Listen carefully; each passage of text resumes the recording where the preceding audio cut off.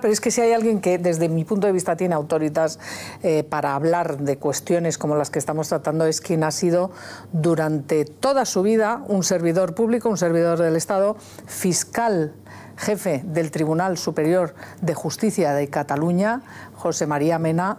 Bienvenido, está al otro lado del teléfono. Muy buenas tardes.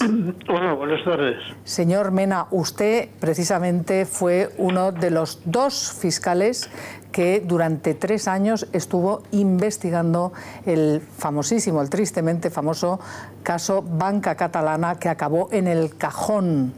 ¿Cómo ve lo que estamos viviendo en estos momentos? Que se haya conocido la gran mentira de Jordi Pujol, presidente durante 23 años de la Generalitat de Cataluña, y que era uno de los querellados, que al final no lo fue, de ese caso Banca Catalana. Pues mire, es general cuando se hablan de cosas, de asuntos judiciales en trámite, que rápidamente se habla de la presunción de inocencia. Bueno, pues yo habría deseado que en vez de las grandes ofensas que se dijeron contra Carlos Gémez Berjo y contra mí, se hubiera respetado la presunción de inocencia de los fiscales, es decir, la presunción de que se actuaba en cumplimiento de un servicio público con objetividad y con imparcialidad. No se tuvo. Nos dolió muchísimo porque recibimos ofensas, agravios e incluso agresiones materiales en la vivienda. Porque a usted esto me interesa mucho, no solo ese tipo de amenazas que no fueron tan veladas, sino que tuvieron agresiones físicas. Agresiones en una casita que teníamos alquilada como segunda residencia para finales de semana, nos llegaron a disparar con escopeta de caza a las ventanas. Y durante muchísimos días recibíamos llamadas telefónicas intermitentes durante toda la noche, teniendo que tener descolgado el teléfono, pero cuando nos descuidábamos volvía a sonar. El nivel de agresión física y de sensación en la calle de ser apestados, de intentar hacernos socios de un club de vecinos para tener piscina para que las hijas se bañaran en verano y de negarnos como apestados el acceso al club, cosas de esas. Increíble. Durante todo ese tiempo lo estuvimos sufriendo. ¿Y llegaron a tener miedo, señor Mena? Perdóneme un momento, ¿llegaron a tener miedo ustedes o su familia? Porque un tiro en un cristal, ¿estaban ustedes durmiendo? Sí, claro, pero nos despertamos. ¿Y no tenía miedo su familia? Quiero decir. No, en esta casa no hemos tenido miedo nunca, ni eso, ni en el mucho tiempo que he sido fiscal antidroga, y hemos tenido ya compañeros míos como Carmen Tagler o Luis Portero fueron asesinados por ETA, y en esta casa no, el miedo no ha entrado nunca, Pues eso está clarísimo, porque eso va en el cargo. No, me refiero también a su familia. El que esté en condiciones de tener miedo, que se haga registrador de la propiedad.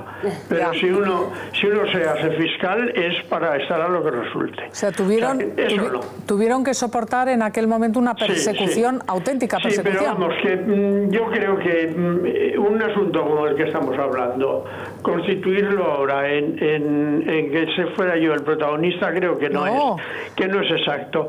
Yo lo digo exclusivamente en la medida en que alguien, en concreto medios de comunicación, prácticamente todos, hicieron con nosotros lo que les dio la gana, y hicimos nosotros lo que había que hacer, guardar silencio. Pero ahora ha pasado el tiempo, no pasa nada, los responsables de esos medios no son los que había entonces. No lo digo en contra de ninguna persona, y menos aún de periodistas actuales, pero se me ha de permitir que diga que lamentábamos muchísimo que no se hubiera hecho un ejercicio de presunción de inocencia contra los fiscales, sino de acusaciones de parcialidad que no eran justificadas. Afortunadamente, porque usted me preguntaba antes, ¿qué sensación tiene? Pues la sensación de la satisfacción de que finalmente la presunción de inocencia que entonces se nos debió dar ahora se nos da. Ayer hablaba... es una satisfacción. Desde luego, y lo comprendo. Ayer también hablábamos aquí en exclusiva con quien es hoy magistrada del Tribunal Supremo, Margarita Robles, y entonces era miembro de ese tribunal, de la Audiencia Territorial, que archivó la causa, y ella formaba parte de los 8 magistrados que emitieron un voto particular, y decía algo importante, ¿no? Ella piensa que el tiempo al final pone a cada uno en su sitio, y que esto poco más o menos tenía que llegar. ¿Usted piensa, tiene el mismo sentimiento, la misma sensación? Pues no solo eso, que desde luego eso está en la línea que decía antes de la satisfacción personal de que finalmente 30 años después la gente sepa que no actuábamos movidos por una impresentable tendencia ideológica de persecución, sino que lo hacíamos con la mejor buena voluntad de servir a la sociedad y en concreto a la de Cataluña, defender a la sociedad de Cataluña de un expolio que se le estaba produciendo y nadie nos lo reconoció. Pero nosotros sí éramos los defensores de los ahorradores de Cataluña, gente modesta, los que con la bandera de las 4 barras les arramblaron el dinero y no se lo han devuelto. Exacto, porque fue que ahí hay víctimas concretas, víctimas concretas a los que les quitaron la ilusión nacionalista y de paso los ahorros.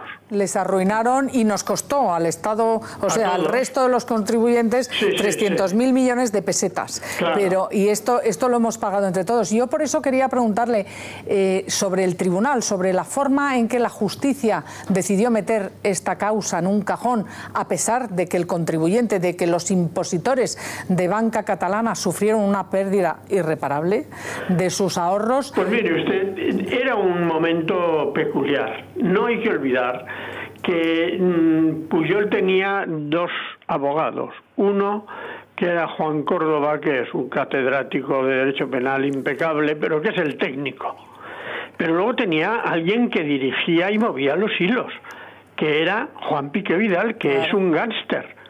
Un gángster reconocido y condenado por la justicia porque se aliaba con un magistrado para meter en la cárcel a los clientes del propio Piqué Vidal y luego cobrarles para salir de la cárcel, que eso es el colmo del gangsterismo. Piqué Vidal era el defensor efectivo de Pujol. Obviamente Pujol tendría que saber con quién se jugaban los cuartos. Sí, magistrado que también acabó condenado, afortunadamente. No, el magistrado también. Sí. Pero quiero decir que el abogado de Pujol era Piqué Vidal y obviamente, cuando Piqué Vidal, ya en aquella época, sus compañeros le llamaban Don Giovanni, en el sentido de aludir a su comportamiento mafioso, obviamente las características de Piqué Vidal las conocía Pujol. Y algunos, sí. Claro, y los magistrados que resolvieron el asunto, la mayoría, tengo constancia cierta e indudable de que actuaron teniendo a gala no haber leído la querella. ¿Y actuaron porque por motivos políticos? Actuaron por motivos para que nadie dijera que ellos habían tenido dudas. Pues hay una frase histórica desde el siglo XIX en el mundo de la justicia que yo aprendí de mi padre y mi padre del suyo, y es que los jueces no se venden, se regalan.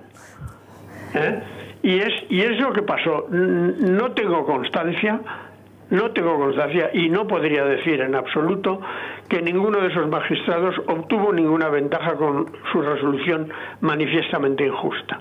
Ya, pero ¿y por qué puede decir que tiene constancia de que ni siquiera se habían leído la querella, que estaba muy bien argumentada? Yo lo conté modestísimamente en un libro hace casi 20 años, que se llama El saqueo de España. Pues me consta porque se daba una circunstancia. La querella era un volumen grande y tenía un resumen que había hecho el ponente, que es el resumen pequeño, que podría tener 100 o 200 páginas, numerado de 1 a 30 y tantos como magistrado.